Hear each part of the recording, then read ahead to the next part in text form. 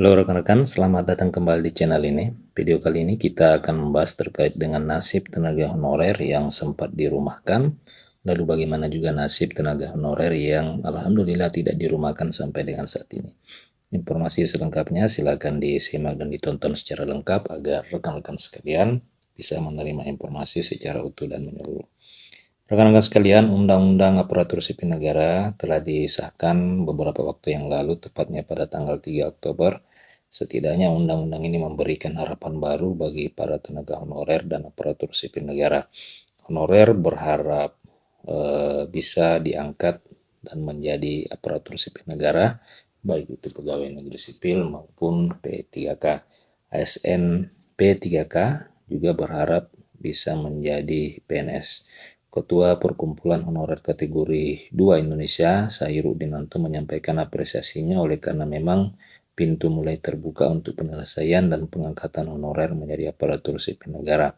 Ia menyebutkan bahwa tanggal 3 Oktober 2023 adalah momentum yang sangat berharga bagi para tenaga honorer, oleh karena pada tanggal itu kebangkitan honorer itu bisa dikatakan menjadi awal kebangkitan pada tanggal 3 Oktober, oleh karena memang substansi utama dari Undang-Undang ASN ini merupakan penyelesaian dan penataan tenaga honorer. Ia berharap pemerintah dapat merumuskan peraturan lain yang menjadi turunan ASN baru benar-benar akan berpihak pada sistem dan metode penyelesaian honorer dengan mempertimbangkan usia serta pengabdian.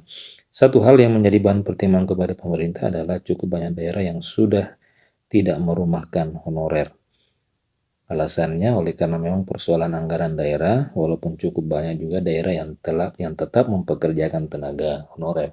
Jadi memang sudah ada beberapa daerah yang merumahkan, walaupun mungkin ada juga yang tetap mempekerjakan. Anehnya pemerintah pusat tidak mempermasalahkan daerah yang masih mempekerjakan dan daerah yang sudah melakukan PHK, padahal sama-sama di dalam satu wilayah NKRI.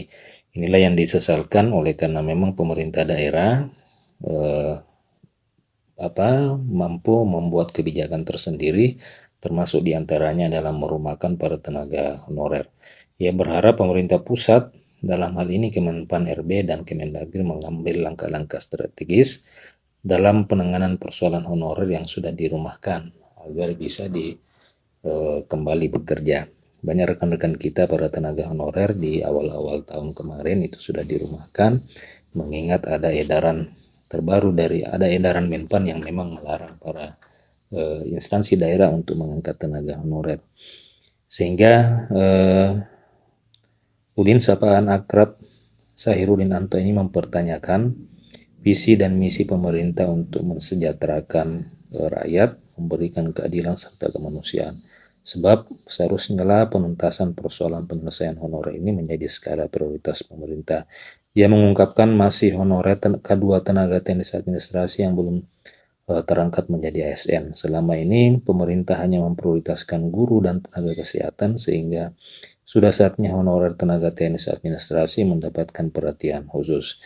Nah rekan-rekan, bagaimana tanggapan rekan-rekan terhadap video kali ini? Silahkan tuliskan komentar di kolom komentar video ini. Terima kasih telah menyaksikan. Sampai jumpa di video berikutnya.